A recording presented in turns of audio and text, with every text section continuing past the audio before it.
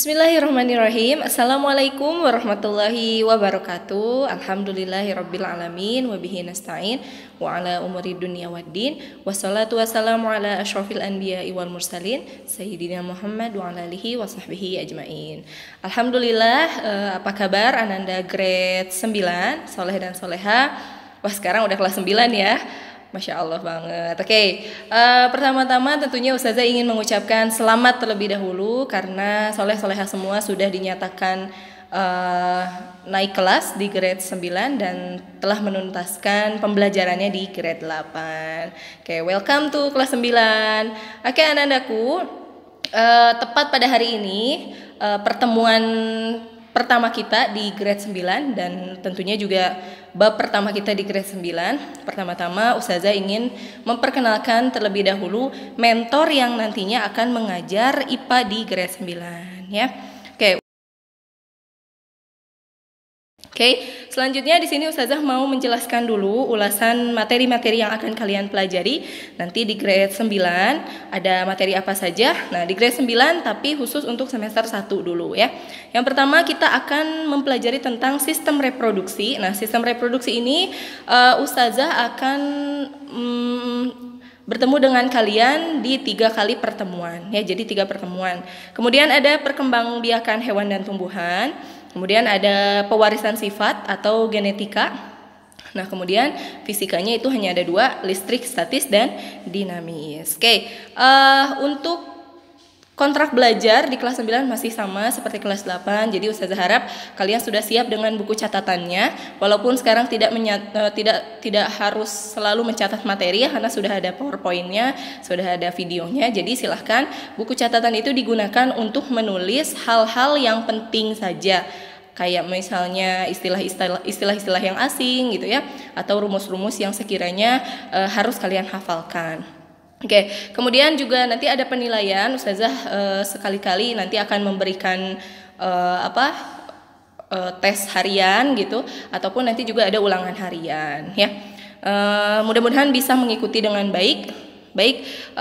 Untuk selanjutnya kita akan langsung belajar tentang materi di bab pertama kelas 9. Oke ya, bersama Ustazah.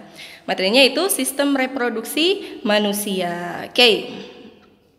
Nah, pada kesempatan ini Ustazah hanya akan menjelaskan organ-organ reproduksi dan kelainannya saja. Jadi untuk penjelasan lebih lanjut nanti di pertemuan berikutnya ya. Pertemuan berikutnya kalian akan bertemu dengan Ustaz Seno. Jadi untuk kesempatan kali ini kita akan belajar materi ini saja. Oke ya. Nah, tentunya kalian harus mengetahui tujuan pembelajaran yang harus kalian capai itu apa aja gitu ya. Yang pertama di sini Ustazah harap kalian bisa mengidentifikasi organ-organ penyusun sistem reproduksi, baik itu yang laki-laki maupun yang perempuan ya. Tidak hanya menyebutkan tapi juga harus tahu fungsinya. Nah, kemudian yang kedua yaitu mengumpulkan informasi tentang kelainan dan penyakit pada sistem reproduksi. Nanti Ustazah akan bantu jelaskan sedikit ulasan-ulasan tentang kelainan ataupun gangguannya. Oke, kita lanjut ke slide yang pertama.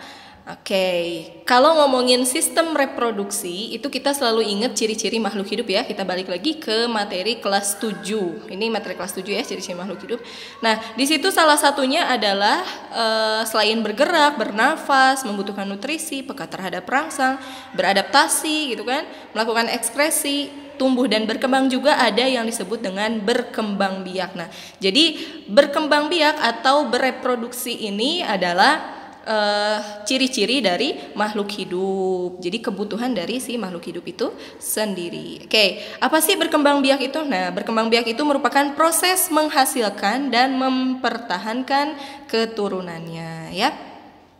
Oke, Ustazah di sini akan menjelaskan dulu apa perbedaan antara reproduksi dengan sistem reproduksi ya. Oke, jadi kalau reproduksi itu prosesnya, proses menghasilkan keturunan itu kita sebut dengan reproduksi. Nah, adapun bagian tubuh yang terlibat di dalam reproduksi itu kita sebut dengan sistem reproduksi. Oke, mudah-mudahan paham ya.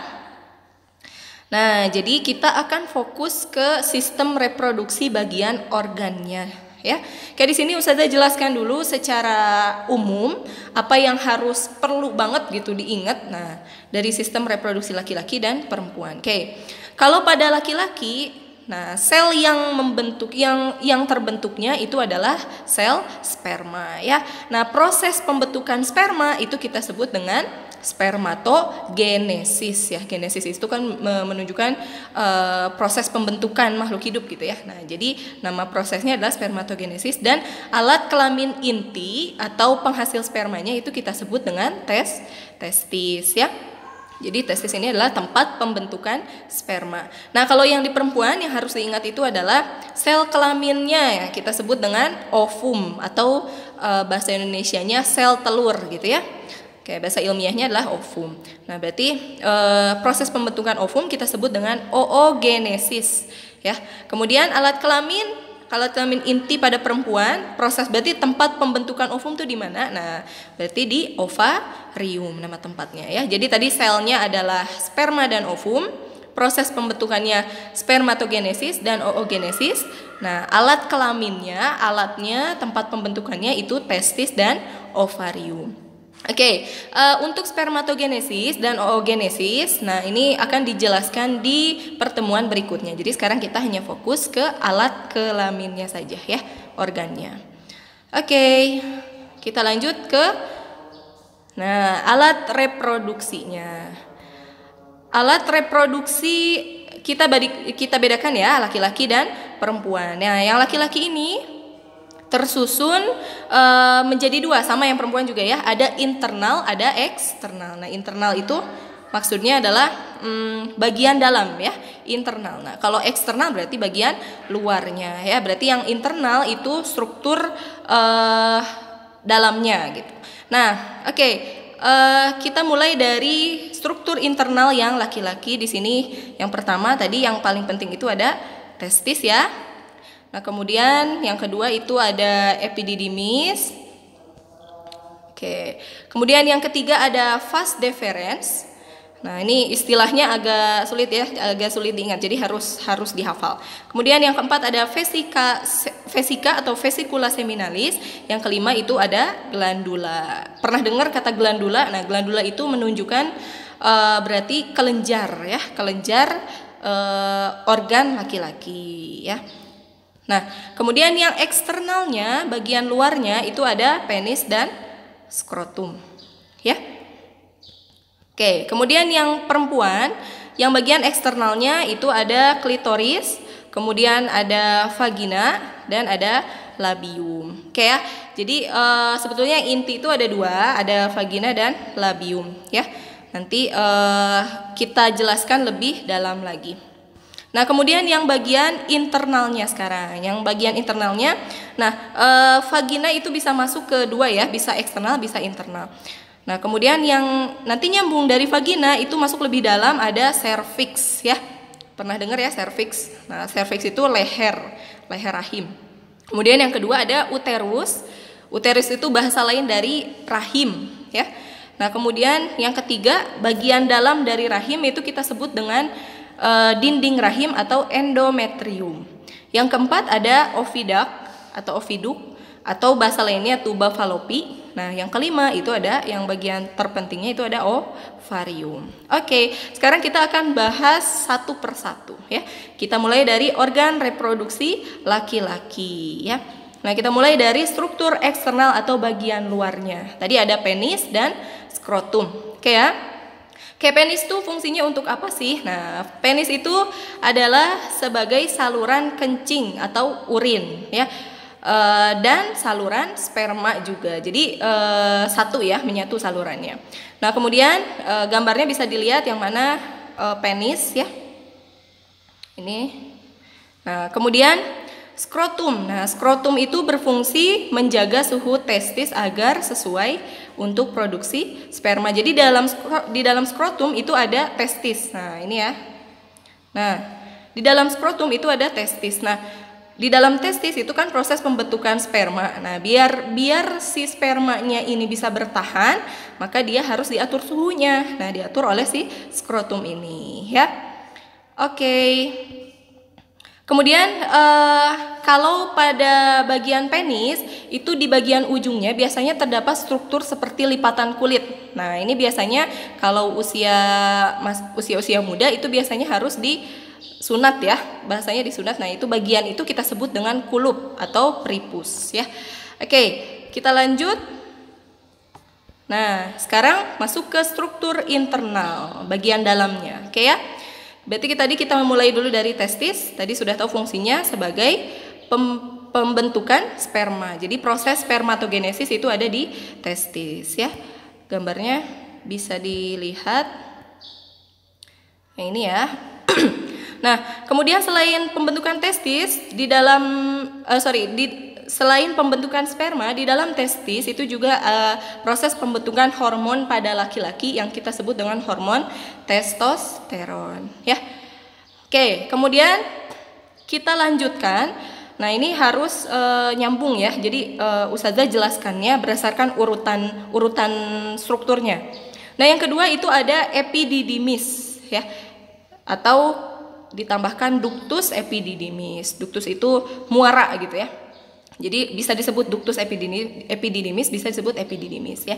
Oke, epididymis itu fungsinya adalah saluran keluar dari testis. Jadi tadi testis membentuk sperma. Nah, si spermanya ini akan masuk ke dalam epididymis. Nah, kemudian fungsinya untuk menyimpan sementara sperma hingga dapat disalurkan. Disalurkannya kemana? Ke saluran berikutnya ya. Jadi bentuknya saluran semua. Nah, kemudian saluran selanjutnya di situ ada vas deferens. Nah, ini ya. Salurannya yang ini berarti. Nah, ada vas deferens ya. Kalau epididymis yang ini ya. Oke. Nah, vas deferens ini fungsinya untuk menyalurkan sperma. Jadi lewat doang ya. Nah, dari vas deferens itu nanti nyambung ke vesicula seminalis. Jadi ini masih vas deferens ya. Ini salurannya masih vas deferens, yang mana vesicula seminalis yang ini ya. Nah, kemudian lanjut lagi. Setelah dari vas deferens itu ada vesicula seminalis. Tadi fungsinya untuk memberi nutrisi pada sperma. Kalau tadi spermanya baru dibentuk, nah di vesicula seminalis agar dia lebih kuat spermanya, nah dia harus diberi nutrisi. Nah, disinilah tempatnya ya. Nah, selain itu juga akan menyatu ya, di vesicula seminalis ini akan menyatu dengan kelenjar prostat. Nah, untuk membentuk saluran ejakulasi. Oke, yang mana kelenjar prostat yang ini ya. Nah, ini. Jadi nyambung ke kelenjar prostat yang ini. Oke. Nah, kemudian di kelenjar prostat itu akan dikeluarkan cairan berwarna putih keabu-abuan yang dia itu sifatnya basah. Ya, nah ini sperma itu kan dia harus basah ya, suasana di dalam sperma itu harus basah biar bisa bertahan gitu kan ya. Nah, jadi kalau kita simpulkan berarti mulai dari vas deferens, vesicula seminalis, kelenjar prostat, dari epididymis berarti ya, epididymis, vas deferens, vesicula seminalis ke kelenjar prostat itu kita sebut dengan saluran ejakulasi ya. Oke. Nah, ini ada tambahan, cairan kelenjar prostat akan bersatu dengan cairan di vesicula seminalis dan akan menjadi tempat hidup dan bergeraknya sperma. Jadi spermanya sudah siap gitu ya, sudah matang. Nah, kemudian lanjut lagi, di sini ada kelenjar. Oke, tadi kan ada Ustazah di awal menjelaskan glandula ya. Glandula itu tadi kelenjar ya, berarti prostat dan bulburetra atau koper ini masuknya ke glandula berarti ya. Nah, sekarang ada kelenjar bulburetra atau koper. Nah, yang ini ya, yang merah kecil di bawah. Nah, ini adalah kelenjar yang jumlahnya sepasang. Fungsinya untuk menghasilkan cairan lendir bersifat basah ke dalam saluran ejakulasi ya. Jadi menghasilkan lendir, menambahkan cairan lendir. Nah, kemudian baru di sini ada uretra ya. Salurannya berbeda ya. Nah, ada uretra. Nah, uretra ini fungsinya jadi uretra ini ada di dalam penis. Nah, fungsinya untuk sebagai saluran keluarnya sperma. Jadi uretra ini selain tempat keluarnya sperma juga tempat keluarnya urin ya. Oke, itu struktur untuk yang laki-laki. Sekarang kita lanjut ke struktur reproduksi perempuan. Kayak struktur eksternal perempuan atau bagian luar itu terdiri dari, kalau tadi ada klitoris, kemudian ada vagina, kemudian ada labium. Ya, nah kita satukan. Jadi vagina dan klitoris itu kita satukan strukturnya dan kita sebut dengan vulva. Ya, oke, jadi vulva itu adalah celah paling luar dari alat reproduksi wanita yang dibatasi oleh kedua bibir. Jadi ada bibir, ada di sampingnya itu ada bibir gitu ya. Nah, bibirnya itu kita sebut dengan labium, ya. Nah, labium itu ada dua ya, ada labium mayor, ada labium minor, ada labium besar, ada labium kecil ya. Nah, kemudian labium ini dia akan bersatu. Nah, jadi muara labiumnya, ujungnya itu akan bertemu dengan vagina ya, yang berfungsi sebagai jalan lahir bayi. Nah, kemudian di atas vagina itu ada bagian struktur yang kita sebut dengan klitoris. Nah, klitoris ini adalah kumpulan dari saraf ya. Oke, ini struktur eksternal. Kita lanjut ke struktur internal atau struktur bagian dalamnya. Oke ya, kita mulai dari tadi vagina. Jadi vagina itu bisa masuk ke struktur luar, bisa masuk ke struktur dalam ya. Oke, jadi ke dalamnya itu masih vagina. Nah, dari ujung vagina itu sebelum masuk ke endometrium atau sebelum masuk ke rahim, nah itu ada bagian yang disebut dengan cervix. Jadi pertemuannya itu kita sebut dengan cervix. Nah, cervix ini adalah, bahasa lainnya itu adalah leher rahim. Nah, fungsinya adalah memproduksi lendir untuk menyalurkan sperma ya. Kemudian cervix juga bersifat fleksibel. Jadi pada saat persalinan dia itu akan membuka, melebar gitu ya, bisa melebar. Nah, sedangkan pada saat hamil dia akan menutup dengan rapat gitu. Nah, kemudian selanjutnya ada struktur yang disebut dengan uterus. Uterus itu atau bahasa lainnya tadi apa? Rahim ya. Ini badan uterus. Nah, atau kita sebutnya rahim. Nah, fungsinya adalah sebagai tempat berkembangnya janin, di bawah perut ya posisinya. Nah, kemudian di dalam uterus dindingnya, nah ini ketika dibuka itu ada struktur yang disebut dengan endometrium. Endo dalam ya, metrium berarti dinding. Jadi dinding bagian dalam, endometrium. Nah, ini lapisan di dalam rahim dan tempat menempelnya ovum yang telah dibuahi. Jadi janin itu sebelum dia berkembang dia menempel dulu nih pada endometrium. Nah, endometrium juga ini dinding rahim ini ketika perempuan sedang mengalami proses menstruasi, nah endometrium ini akan meluruh ya. Nah, kemudian dilanjutkan ke struktur berikutnya. Di sini ada saluran. Nah, ada saluran ya. Nah, saluran ini kita sebut dengan oviduct atau saluran ovum ya. Oviduct atau bahasa lainnya tuba fallopi ya. Berfungsi untuk proses fertilisasi atau pembuahan ya. Pembuahan antara sperma dengan ovum. Nah, kemudian nanti ujung dari oviduct itu ada bagian seperti anggur bentuknya. Nah, ini kita sebut dengan ovarium ya. Ovarium tadi fungsinya untuk proses pembentukan ovum atau oogenesis ya. Nah, itu saja struktur dari organ reproduksi laki-laki dan perempuan. Selanjutnya Ustazah ingin menjelaskan materi tentang kelainan atau gangguan sistem reproduksi manusia. Oke, ada apa aja sih di kelainan dan gangguan sistem reproduksi manusia? Nah, oke, jadi rencananya nih Ustazah akan menjelaskan kelainan atau gangguan sistem reproduksi tapi pada pria dulu, yang kebanyakan terjadi pada laki-laki gitu ya. Baru nanti yang kebanyakan terjadi pada perempuan. Walaupun sebetulnya bisa terjadi juga ke perempuan, tapi kebanyakan terjadi pada laki-laki gitu ya. Oke, yang pertama di sini ada sifilis atau bahasa lainnya itu raja singa ya.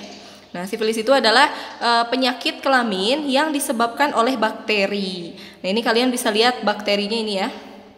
Nah, ini bakterinya kita sebut dengan Treponema pallidum. Nah, kemudian tanda-tanda orang yang mengalami sifilis ini antara lain biasanya terjadi luka pada bagian alat kelamin atau kadang-kadang bisa juga terjadi di bagian lain ya, seperti rektum, seperti rektum, bisa juga pada lidah gitu, pada bibir. Nah, ini contohnya pada telapak kaki dan tangan ya. Nah, selama 2-3 tahun pertama penyakit ini tidak menunjukkan gejala apapun, tapi setelah 5-10 tahun biasanya penyakit sifilis itu menyerang susunan saraf otak. Jadi maksudnya tanda-tandanya yang pertama itu hanya luka-luka aja kayak tadi gitu, tapi setelah beberapa tahun kemudian biasanya bisa sampai menyerang otak. Karena kan ini bakteri ya, jadi dia bisa menyebar. Nah, bahkan bisa sampai ke pembuluh darah dan jantung. Nah, sifilis ini bisa juga terjadi pada perempuan. Jadi ditularkan dari laki-laki ke perempuan ya. Nah, biasanya kalau pada perempuan hamil dapat ditularkan ke bayinya. Nah, sehingga nanti ketika dilahirkan bayinya itu seperti ini gambar ini ya. Nah, jadi biasanya terjadi kerusakan kulit gitu kan, pada hati, pada limpa, bahkan bisa sampai ke keterbelakangan mental. Nauzubillah min dzalik ya. Bahkan di situ bisa sampai ke retina mata juga ya. Lensa mata juga. Nah, penyakit selanjutnya di sini ada gonorrhoe gitu ya tulisannya, atau kita bacanya gonore. Nah, gonore ini atau GO ini disebut juga penyakit kencing bernanah. Jadi dia disebabkan oleh bakteri Neisseria gonorrhoeae. Nah, gonorrhoea ini bakteri ini dia bermuaranya itu diemnya itu di biasanya ujung-ujung saluran kelamin gitu ya. Kalau pada laki-laki berarti pada penis. Nah, kemudian ditandai dengan rasa sakit pada saat buang air kencing. Nah, keluar nanah gitu kan. Nah, atau bahkan biasanya di ujung penisnya itu tampak kemerahan atau agak bengkak. Nah, kalau pada perempuan biasanya kasusnya itu 60% tanpa gejala. Nah, biasanya tapi ada juga yang memiliki gejala seperti pada laki-laki ya. Jadi saat buang air kecil itu dia terasa sakit gitu. Nah, kemudian sama seperti kasusnya tadi sifilis. Jadi kalau pada perempuan hamil itu bisa diturunkan juga ke bayi. Nah, nanti si bayinya ini bisa mengalami kebutaan. Penyakit ini dapat menyebabkan kemandulan baik pada laki-laki maupun pada perempuan.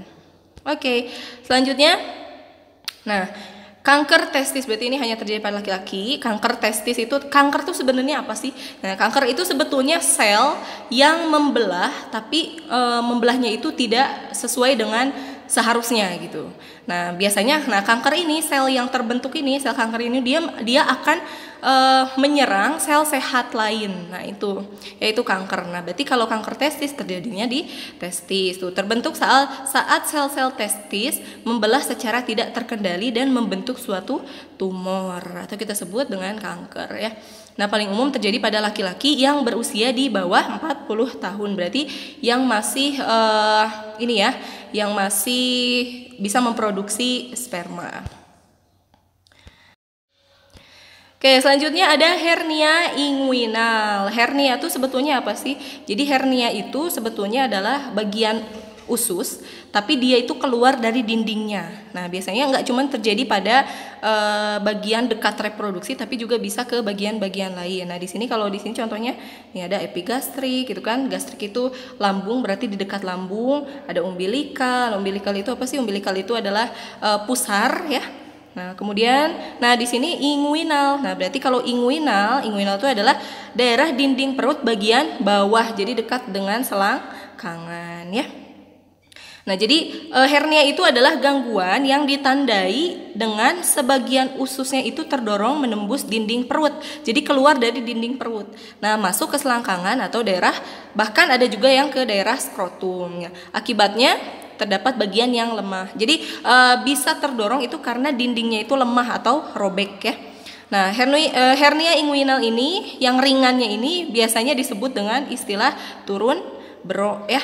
Jadi turun bro itu sebetulnya bagian yang keluar itu adalah usus ya. Jadi mendorong, ususnya itu mendorong. Nah, kemudian kelainan akutnya itu harus dibedah ya.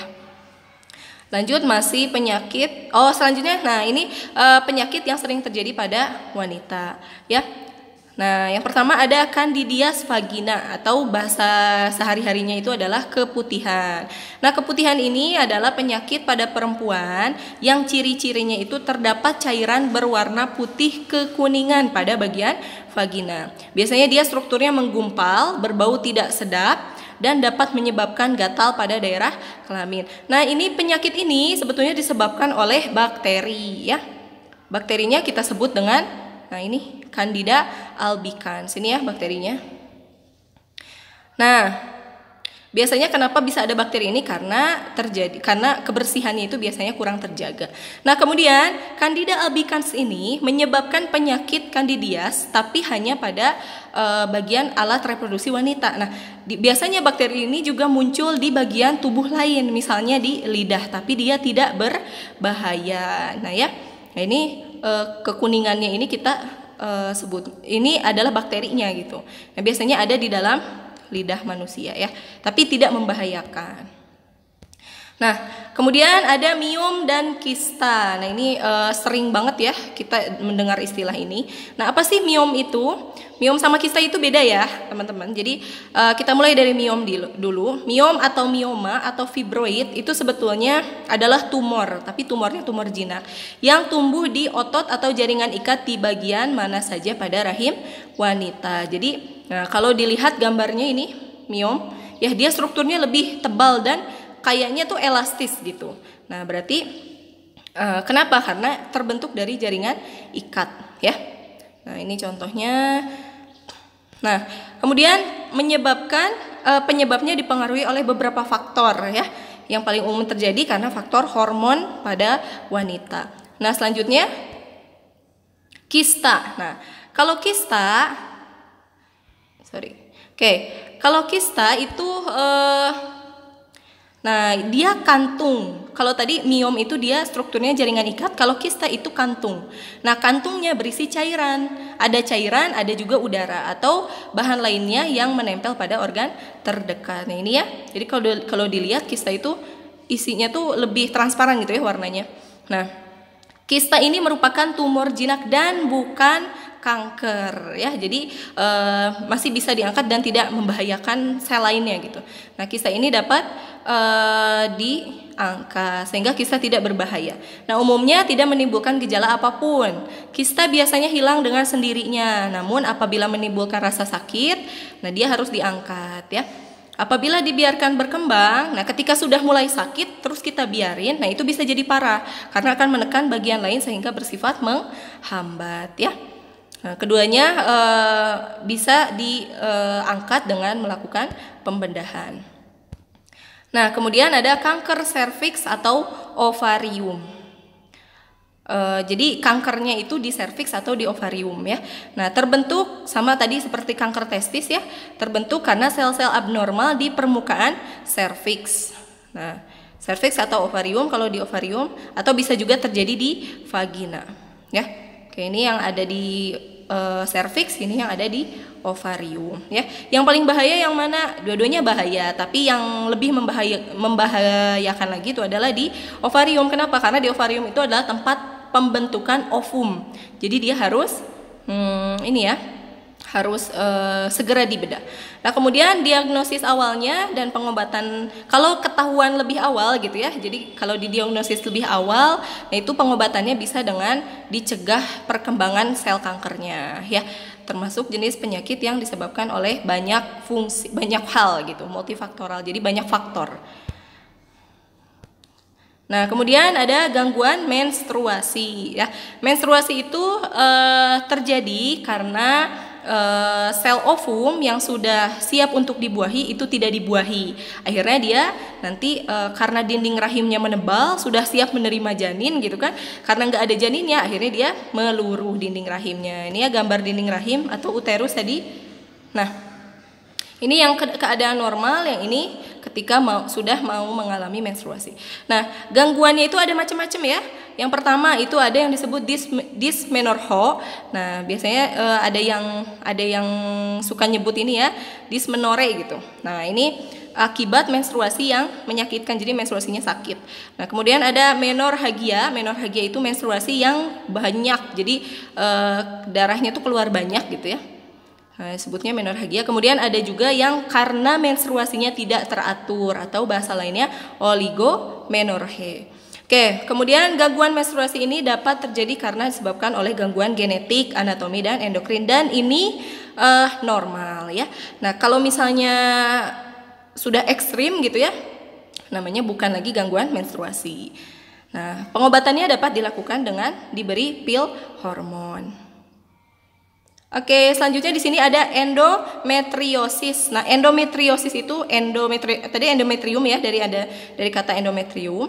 Nah, jadi merupakan lapisan endometrium yang tumbuh tidak pada tempatnya. Jadi endometrium itu kan yang benarnya itu dia tumbuh di uterus ya, di dinding rahim.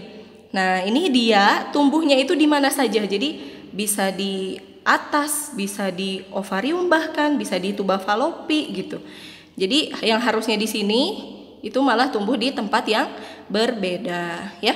Jadi tidak pada tempatnya, itu di luar dinding rahim bagian dalam ya, di tempat bagian dalam yang tempatnya plasenta melekat gitu. Jadi dia sembarangan munculnya, ini sebutnya endometriosis. Nah, biasanya kalau orang-orang yang menstruasinya sakit, nah kebanyakan kasusnya itu karena endometriosis. Nah, endometriosis ini juga bisa menyebabkan penundaan kehamilan. Jadi harus segera dicek ke dokter. Nah, ini penyakit umum ya, bisa sering terjadi pada laki-laki maupun perempuan. Atau kita sebutnya PMS, penyakit menular seksual. Yang pertama ini contohnya itu adalah AIDS. Nah, AIDS itu adalah sindrom runtuhnya kekebalan tubuh. Nah, jadi AIDS ini kumpulan dari segala macam penyakit yang menyebabkan sistem kekebalan tubuh manusianya itu turun gitu. Nah, jadi kumpulan penyakit ya, bukan berarti AIDS itu adalah HIV, bukan. Ya. Nah, kemudian ada salah satunya penyakit yang bisa menurunkan sistem kekebalan tubuh, itu kita sebut dengan HIV ya, atau Human Immunodeficiency Virus ya. Jadi virus pada manusia yang menyerang sistem kekebalan tubuh, sistem imun tubuh. Nah, orang yang terinfeksi virus ini tidak dapat mengatasi serangan infeksi penyakit lain ya, karena sistem kekebalan tubuhnya rusak. Nah, biasanya ciri-cirinya nih, 5-7 tahun penderita tampak terlihat normal atau tanpa gejala. Nah, fase berikutnya ditandai dengan timbulnya penyakit. Nah, penyakit-penyakit yang tentunya disebabkan oleh virus kayak TBC, pneumonia gitu ya, hingga sampai gangguan saraf. Nah, ditularkan dari orang tua ke anak juga bisa melalui transfusi darah ya, berarti hamil nih. Kemungkinan akan anaknya itu akan terjadi HIV juga. Tapi bukan berarti semua anak yang dikandung oleh ibu yang HIV itu anaknya akan HIV juga, belum tentu ya. Nah, dapat ditularkan juga akibat gaya hidup yang kurang baik seperti pergaulan bebas atau menggunakan jarum suntik, obat terlarang atau narkoba. Nah, teman-teman, jadi perlu diingat bahwa orang yang HIV itu belum tentu AIDS ya. AIDS itu kalau segala macam penyakit yang menyerang sistem kekebalan tubuhnya itu udah betul-betul kompleks gitu. Nah, ini gambar ciri-ciri orang yang mengalami AIDS ya. Biasanya tubuhnya mulai mengurus gitu kan. Ini adalah contoh virusnya. Oke, itu saja pemaparan Ustazah mengenai materi sistem reproduksi, yaitu organ dan juga kelainan juga gangguan ya. Kalau mau ada pertanyaan silahkan diajukan melalui wali kelasnya di grup WhatsApp atau bisa langsung di Google Classroom biar langsung direspon sama Ustazah. Oke, untuk siswa yang menyatakan pernyataan terbaik itu Ustazah akan beli reward. Jadi silahkan mengajukan pertanyaan yang berkaitan dengan materi yang bagus gitu ya. Nah, kemudian untuk pertemuan berikutnya berarti dilanjutkan ke materi masih sistem reproduksi, dilanjutkan tentang pembentukan sperma, pembentukan ovum, dan siklus kehamilan. Baik, terima kasih yang sudah menyimak. Mohon maaf apabila masih banyak kekurangan. Semoga ilmunya bermanfaat. Wassalamualaikum warahmatullahi wabarakatuh.